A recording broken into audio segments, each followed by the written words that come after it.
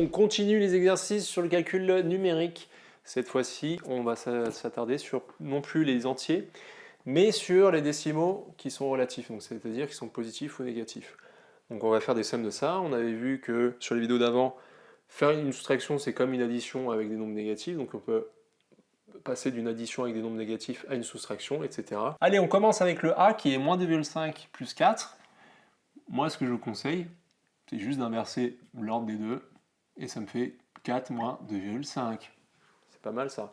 Donc là, je vais vous donner le résultat tout de suite, parce que en fait, normalement, vous êtes maintenant en troisième familier avec ces calculs avec les décimaux. Donc je vous rappelle juste comment on fait pour le poser. Donc vous avez 4,0 moins 2,5.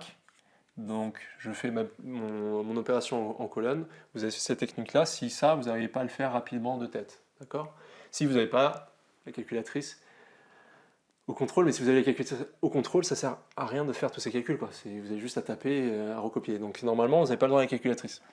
Donc vous vous rappelez, donc là j'ai un 0, donc je ramène un 1, ça me fait 10, moins 5, ça me fait 5.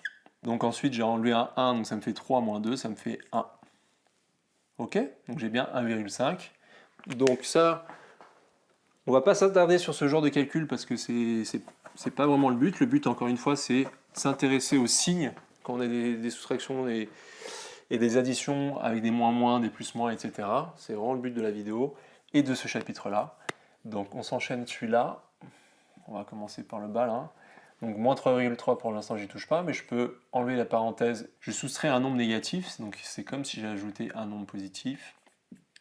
Encore une fois, on l'a vu, et la même technique que j'ai faite tout à l'heure, qui n'est pas vraiment une technique incroyable, hein, j'ai juste échangé les places de ma soustraction, et ça me fait 7,8 moins 3,3. Hop, au niveau des dixièmes, ça me fait 5. Et au niveau des unités, ça me fait 4. J'ai 4,5. Vous pouvez le vérifier à la calculatrice, toujours.